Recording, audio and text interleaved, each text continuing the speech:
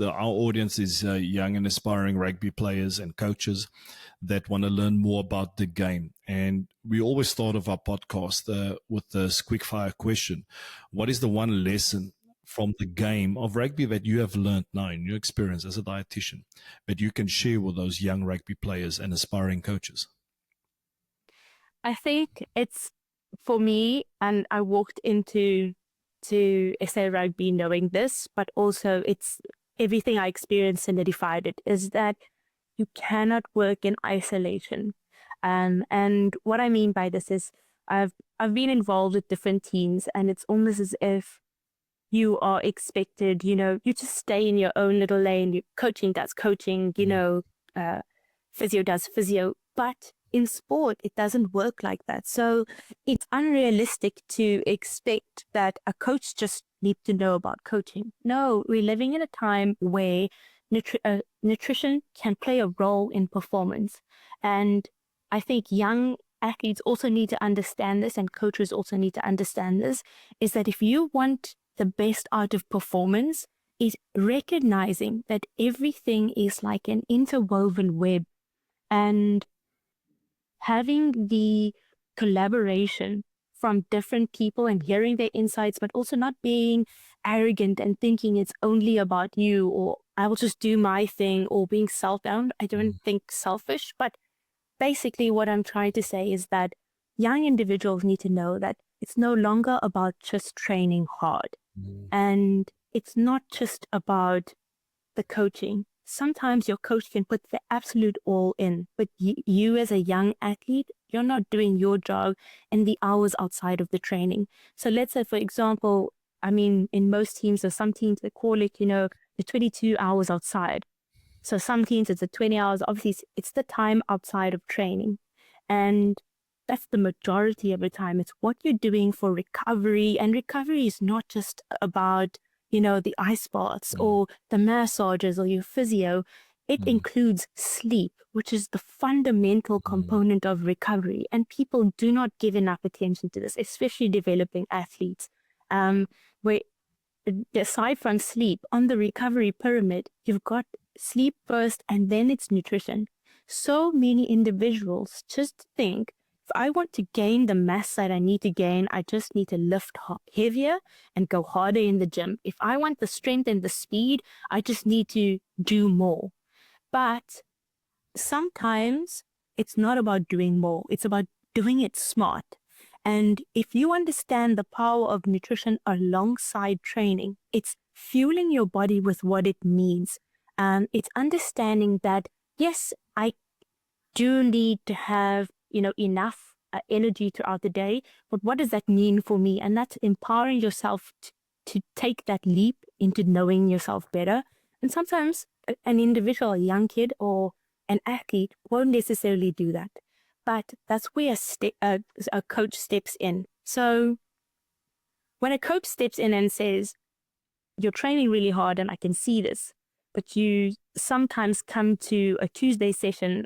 Some teams, Tuesday is the second day is the most intense day.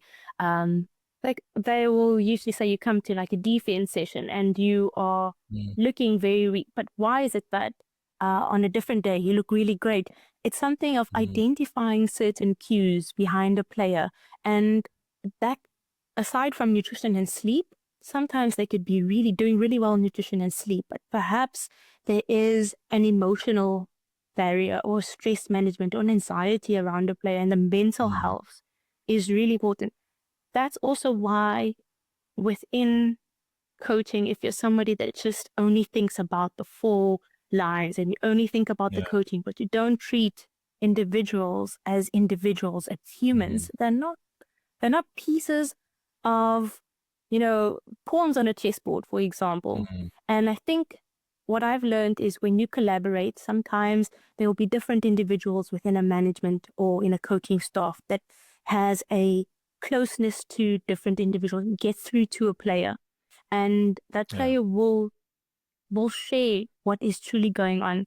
And just by treating them in that way, you can get the most out of your player, out of your athlete. They buy into a plan a lot better.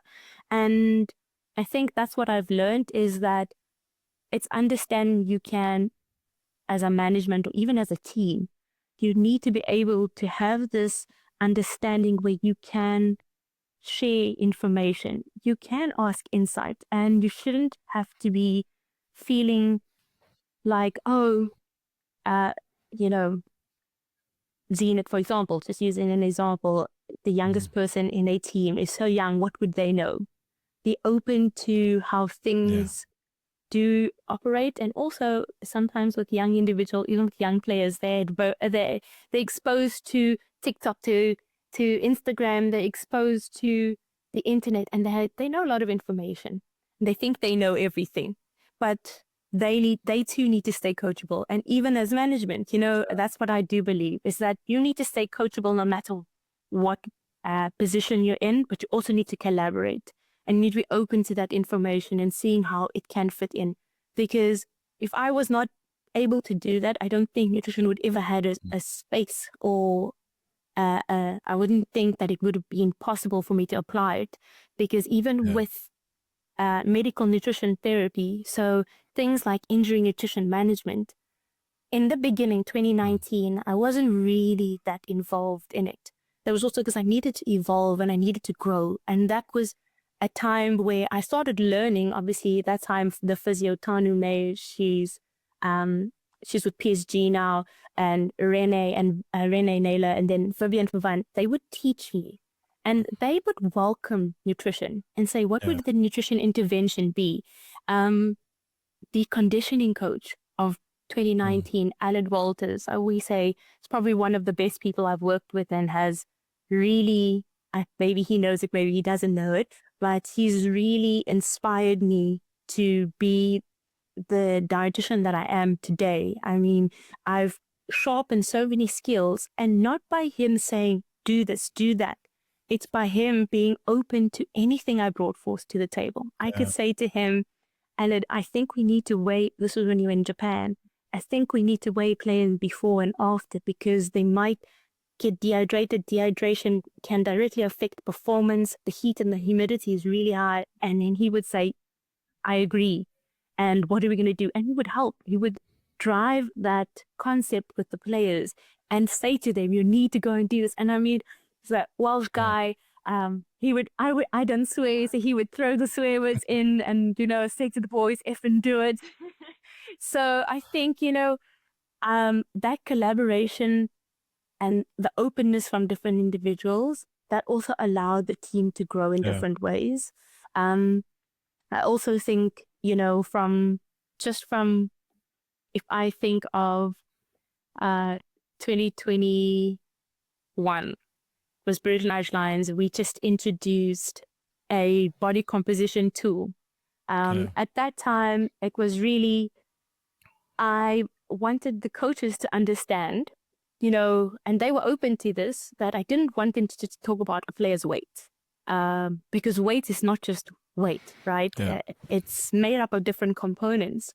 So coaches being open to accepting that I'm not going to do testing on body composition, and I'm not going to do weight every day just for the sake of doing weight. We're doing weight maybe to monitor hydration changes, but it's not to make any of our forwards or any of our players feel that their weight determines their performance, because their body composition, what makes up that weight, is far more important, and an intervention around that, aligned to what you need to do on the field, was important. So I started looking at things. We had a conditioning coach, sports scientist, and he was our GPS guy, Tim Kumbu.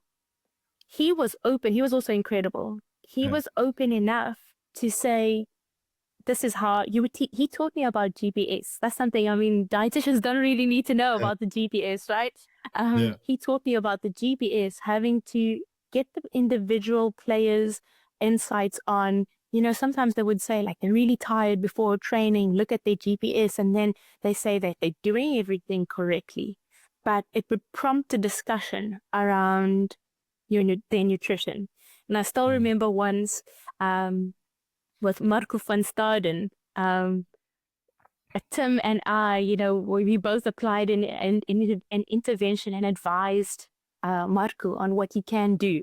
And then at training one day, he reached his max speed, and like Tim said to him, like, top speed. So it started becoming a joke. And that's like every time I would see him before training, I would say, today, is it going to be another day that you're going to reach like high speed? And just, discussion around like with your staff, which really help the players in buying into things. It doesn't come from you as an individual alone.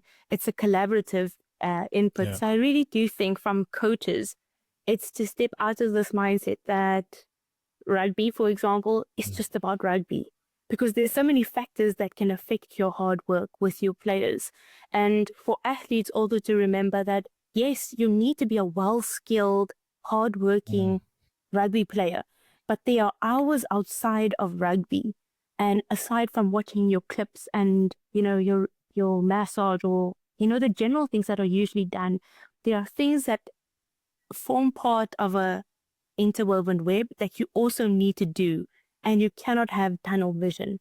You have to be a holistic player, because right now the margins are so small in performance. There's so much talent. Science is just evolving, and you can't be someone who stays in the past. You have to evolve with the way the world evolves with science and information.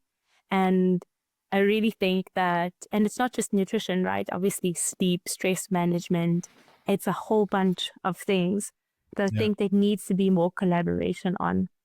Zeenat, great stuff. Thanks for that answer to a quick fire question.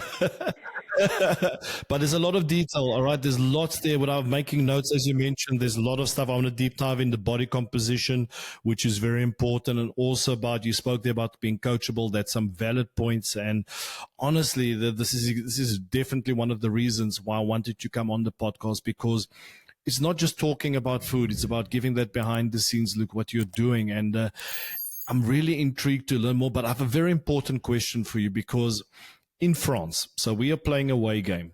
Okay. And we all know, like at the clubs or in the teams, when you get good food, everything's prepared for you. You do well. But when you're at home, when you're on your own, when you got to prepare your own food, that's when things go wrong. And in France, the night before the game, I'm going to set the scene for everybody.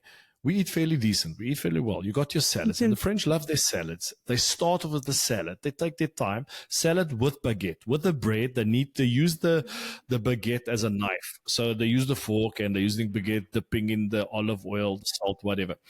And we have a good meal. You have your desserts. And the players are allowed to have butter. But for some reason on game day, they're not allowed to have butter. Can you explain that theory to me? Because I don't understand it. How are you allowed to have as much bread as you want? You can put butter on your bread the day before the game, but on game day, you're not allowed to have butter. I don't know.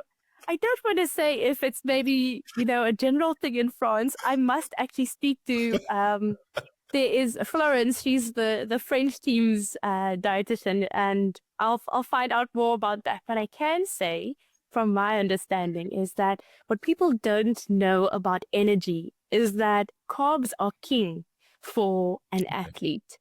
So not for me. Carbs. When I just look at McDonald's, I pick up 2 kgs. So. But I think that's also because McDonald's is a lot of saturated fat and a lot of fat, right? So I think so again with the butter, it's because butter is, it's a fat. It's it also gives you energy. But it's a fat that is not a preferred a primary energy source for your body. Carbohydrates are. So I have this thing I always used to say to my players. The coaches would say to the forwards, you must empty your tank. And I started hearing all of this, and I started changing the way I educated around carbs.